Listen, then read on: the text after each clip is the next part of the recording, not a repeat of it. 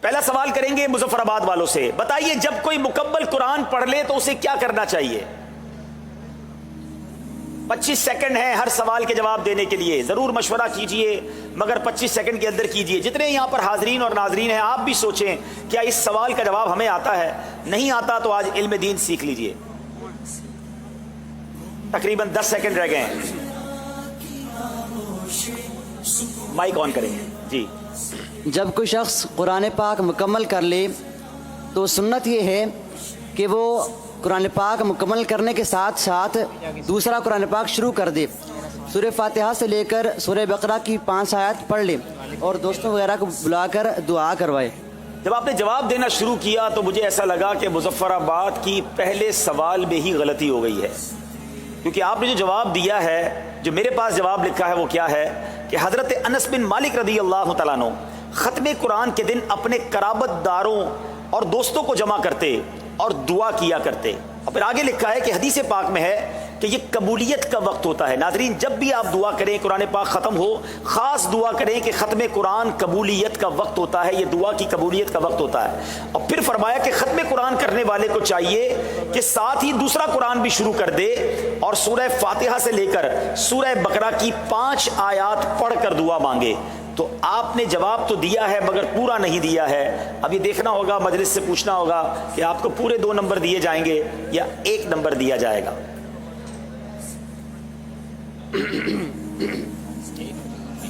جی آپ کو 1 نمبر دیا جا رہا ہے۔ اب باری کراچی والوں کی ہے۔ جس جگہ اللہ نے مال خرچ کرنا فرض جیسے زکوٰۃ کیا ہے وہاں مال خرچ کرنے کے کیا فوائد ہیں؟ جہاں اللہ نے مال خرچ کرنا فرض کیا ہے وہاں خرچ کرنے کے کیا فوائد ہیں؟ ذرا غور سے سنیے گا جواب۔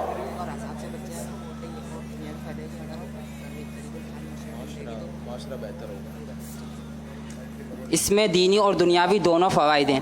دینی فائدہ تو یہ ہے کہ وہ ثواب کا حقدار ہوگا اور وبال سے بچ جائے گا، اور دنیاوی فائدہ یہ ہے کہ اگر وہ معاشرے کے غریب اور مفلوق الحال لوگوں کو ملے گی زکوٰۃ اگر یا جو مال ہے تو معاشرے سے غربت کا خاتمہ ہوگا۔ جناب اگر زکوٰۃ واقعی لوگ پوری ادا کر دیں تو غریب کوئی نہ بچے۔ پرابلم یہی ہے کہ لوگ اپنی زکوٰۃ پوری نہیں دیتے۔ جواب درست دے دیا ہے۔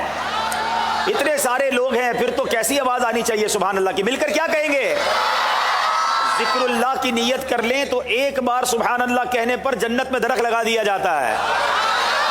جناب آپ نے پہلے سوال کے جواب میں ایک اور لفظ کہا تھا کہ یہ سنت ہے کہ ختم قرآن کرنے والے کو چاہیے کہ ساتھ ہی دوسرا قرآن شروع کر دے۔ حدیث پاک بھی یہ ضرور ہے مگر اس کو سنت نہیں کہیں گے۔ ٹھیک ہے جناب، اب دوسرا سوال کر رہے ہیں مظفر آباد والوں سے۔ امام احمد بن حنبل رحمۃ اللہ تعالی علیہ حصول علم کے بارے میں کیا فرماتے تھے؟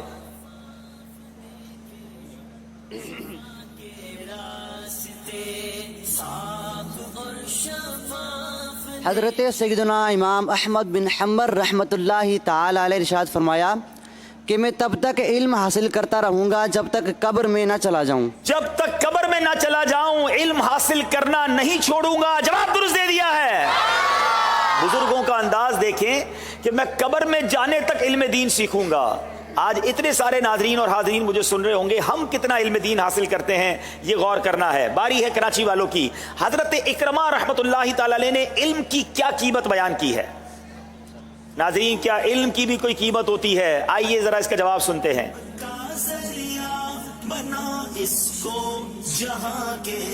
حضرت اکرمہ رضی اللہ تعالیٰ عنہ سے علم کی قیمت پوچھی گئی تو فرمایا کہ علم کی قیمت یہ ہے کہ اس کے اہل کے پاس رکھا جائے، یعنی جو اس کے اہل ہے ان کو سکھایا جائے۔ جی جناب آگے مزید اور ایسے لوگوں کو نہ سکھایا جائے جو اس کی قدر نہ کریں، یعنی اس کو جو ہے ضائع کر دیں۔ جناب آپ نے فرمایا علم کی قیمت یہ ہے کہ ایسے لوگوں کو سکھایا جائے جو ضائع نہ کر دیں بلکہ اس کی حفاظت کریں، اس پر عمل کریں۔ جواب درست دے دیا ہے۔ حضرت نوح علیہ السلام کا حضرت ادریس علیہ السلام سے کیا رشتہ ہے؟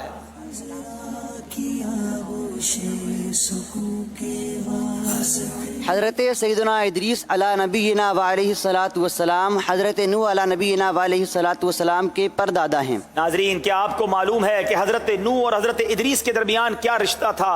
حضرت ادریس علیہ السلام حضرت نوح علیہ السلام کے پردادا ہیں۔ جواب درست دے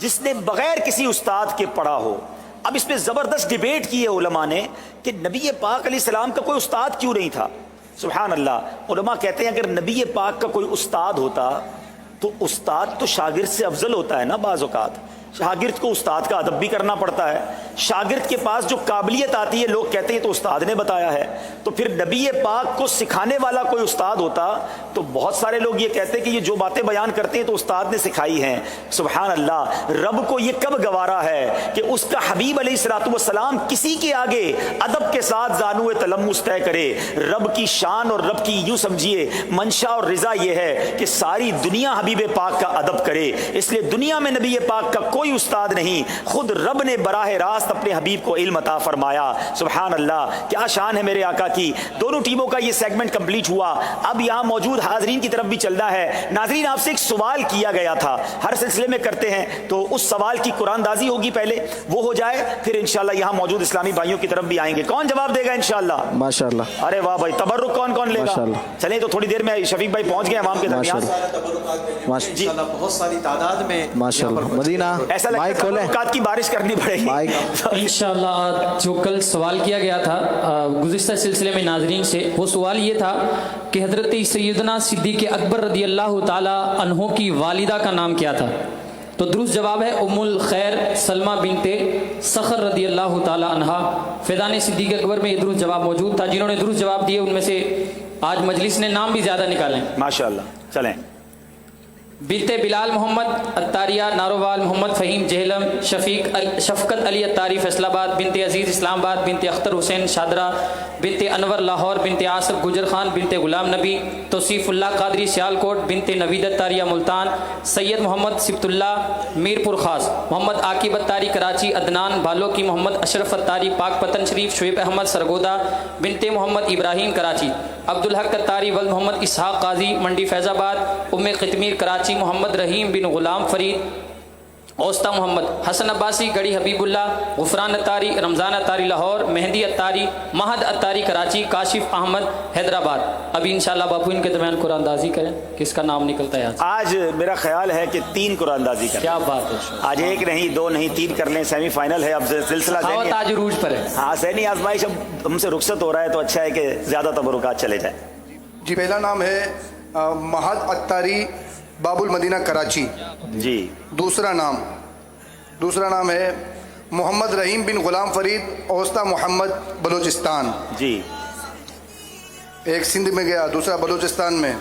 محمد احمد رضا اتاری واہ کینٹ پنجاب میں. ماشاءاللہ. چلیں 3 صوبوں میں تحفے چلے گئے ہیں. اب یہاں بھی 3 سوال کر لیتے ہیں, ایک آگے کر لیتے ہیں 2 پیچھے کر لیتے ہیں, بلکہ یہاں بھی 3 انکلوجر ہیں.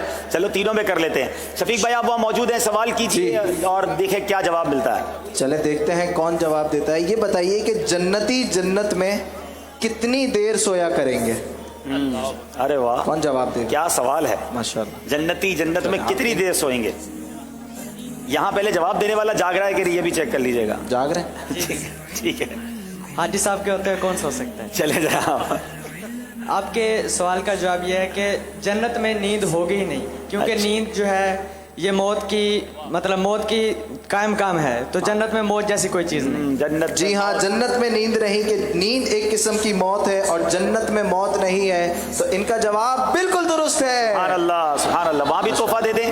اچھا یہاں یوسف بھائی اب آپ کے پاس بھی مائک ہے, یہاں آپ کے ساتھی کچھ دیں گے جواب؟ جی بالکل دیں گے انشاءاللہ. چلیں. بڑا ہی خوبصورت سوال ہے. سوال یہ ہے کہ محبوب رسول صلی اللہ تعالی علیہ وسلم کس صحابی کا لقب ہے؟ چلیں. محبوب رسول. کیا بات ہے, کتنا خوبصورت لقب ہے, کیا بات ہے. محبوب رسول. نبی پاک سے محبت کرنے والے تو ہم سارے ہی ہیں, مگر آقا کا محبوب کون ہے؟ یوسف بھائی مزہ تو آتا آپ کے تاجران کو جواب دیتے. السلام علیکم. وعلیکم السلام ورحمۃ اللہ وبرکاتہ. محبوب رسول حضرت سیدنا صدیق اکبر رضی اللہ تعالیٰ عنہ کا لقب ہے. جی. نہیں جناب, میرے پاس جو جواب تحریر ہے یہ نہیں ہے. چلیں محبوب رسول. یہ تو واقعی ٹوسٹ ہو گیا. چلے تیسرے انکلوزر پہ ہم جا رہے ہیں ہم. جی ابھی کرتے ہیں, پہلے یہاں جواب آ جائے. ٹھیک ہے. السلام علیکم ورحمۃ اللہ وبرکاتہ. السلام ورحمۃ اللہ وبرکاتہ. جی. رحیم بخش اتاری ولد عبداللہ خاص کے لیے شہر میرپور ساکرو. ٹھیک ہے. محبوب رسول ہیں حضرت سیدنا اسامہ بن زید رضی اللہ عنہ. جی جناب بالکل درست جواب دے دیا ہے. سبحان اللہ سبحان اللہ. اصل میں نبی پاک علیہ الصلوۃ والسلام کا ایک انداز تھا